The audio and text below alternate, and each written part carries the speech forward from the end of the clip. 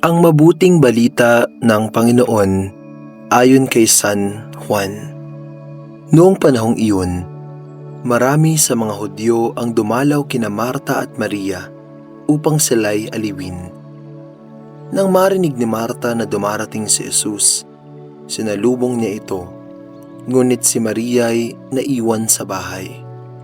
Sinabi ni Marta, "Panginoon, kung kayo po'y narito, hindi sana namatay ang aking kapatid.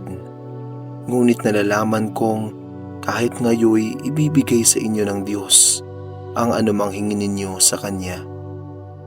Muling mabubuhay ang iyong kapatid," wika ni Jesus. Sumagot si Marta, "Nalalaman ko pong siya'y mabubuhay uli sa huling araw sa muling pagkabuhay."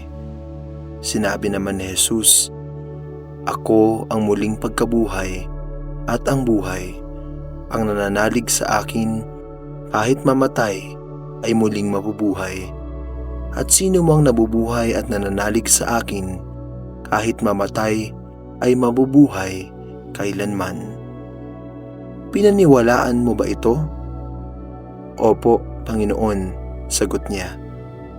"Nananalig ako sa inyo.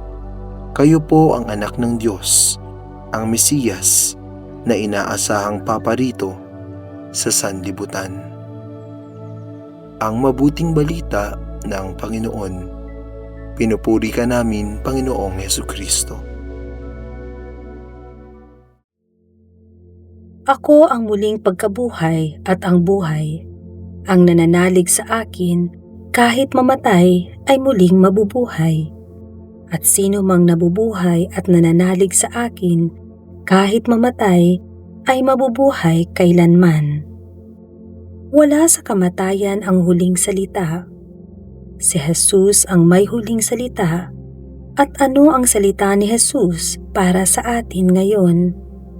Sinasabi sa atin ngayon ni Jesus, "Ako ang muling pagkabuhay at ang buhay. Ang nananalig sa akin, kahit mamatay, ay muling mabubuhay.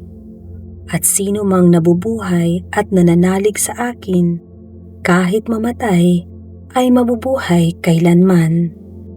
May bagong buhay para sa mga naniniwala kay Jesus. May muling pagkabuhay sa mga sumasampalataya kay Jesus.